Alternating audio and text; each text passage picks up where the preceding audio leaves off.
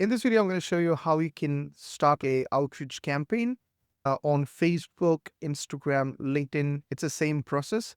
So before this, you have to go and watch the scraping video for Facebook, Instagram, LinkedIn. It's going to show you how to collect the data. Only after that, you can start with this process. So if you haven't done that, go and watch that video, okay? So after you have done that, open Destimator, click on Automations, Campaign, New Campaign. Here you can type in FB or whatever the campaign name is. It's going to be the same thing for all the different ones. Then click on, I'm going to choose Facebook for now. Then select the profile, click Next. Here you can see Outreach Campaign. It's going to be same for LinkedIn and Instagram too. Then click on Next. Here you have multiple actions. So just keep in mind, based on the channels, it's going to be different. So for Facebook, it's sending friend requests. So Instagram, it's going to be following. So for LinkedIn, it's going to be connect. Okay. So just that's the only difference here. So here I'm going to enable all the different modules. And here you can see and comment on the recent post. Then click on next. Then here I can use something like hello, first name, just like this. I can add the first name and it's going to do that. You can also do this in comment kit templates. Also, if you want to use spin text, you can use that here. So for comments, it is without doing spin text, you can't do it. So make sure to use spin text, or else what's going to happen is that if you comment the same thing everywhere, it's going to detect that spam and it's going to automatically remove from social media. Make sure to use spin text, which means it's going to comment for first person, it's going to comment this one, second person this one, third person this one. Okay. So it's going to loop through this message. So if you can, it's not just one, you can add a sentence and every single word can have a spin text. So if you're new to Outreach Campaign, if you want to get better results, for the messages, I would set something like a question message. So something like when we do outreach, we do something like, hey, first name, do you guys use social outreach to get clients? Okay. So we use something like this. We're trying to start a conversation with a person so that they actually reply.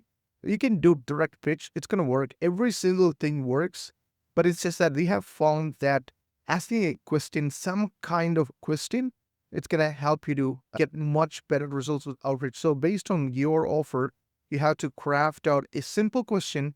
It doesn't have to be a big paragraph. Do not do big paragraph. We found it to be the worst reply rate. Okay. So if we can add something like an image, much better. Get a preview of something that you have, it's going to be much better. But if you don't have it, don't use it. Okay. Then after you enter these two things, then here you have an option to enable split messages, which means it's going to say, if you enable that, it's going to send this as a first message and it's going to send this as a next message. So it's going to look like you're not automating. It's going to send as a multi-line. Okay. Also, just for safety, you can choose type message. But if it's a long, so when it's a long message, never use type message, use paste message. Okay. It's going to be much faster. I always choose paste message. It is fine. Okay. Now you can click on next. Here, you can also add like a follow-up. So if you can set up follow based on if there is no reply, if they didn't see it, if they saw the message but didn't reply, anyways, send it. Okay. So we have multiple options here.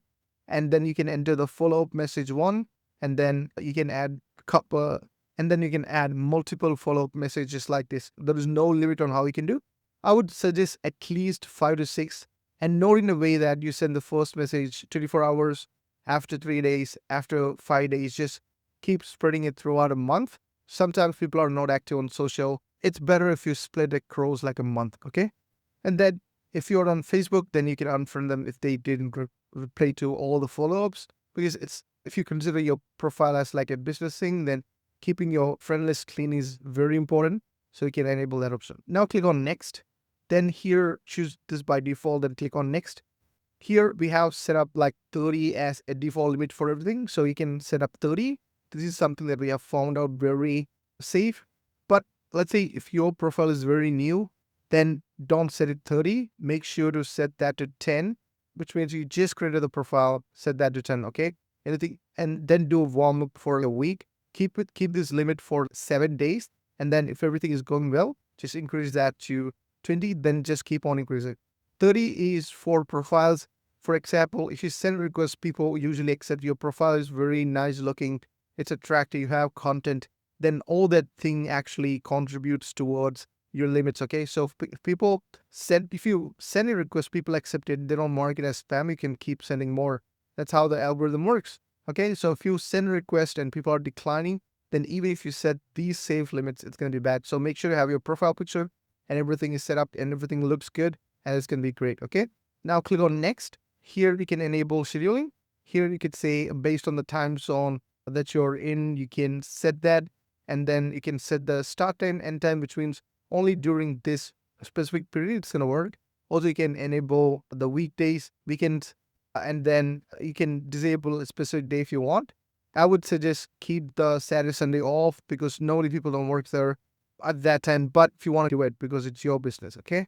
Now, also you can just enable recurring daily auto start when the schedule window opens, which means you come back tomorrow, the desktop app will be running in the background. It's gonna start the process, but you'll be able to see it, okay? And you can stop it.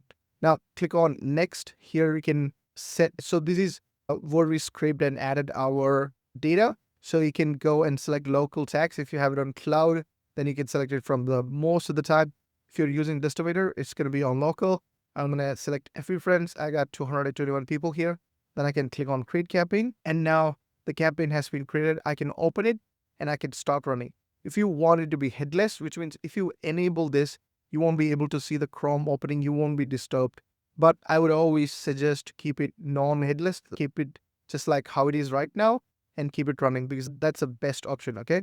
And also if you go to steps, you can see the steps that you have configured, the targets, all the people inside this. You can't see it right now. After you start, it's going to populate that. Any kind of logs, errors, stuff like that. If something happens, you can see it here.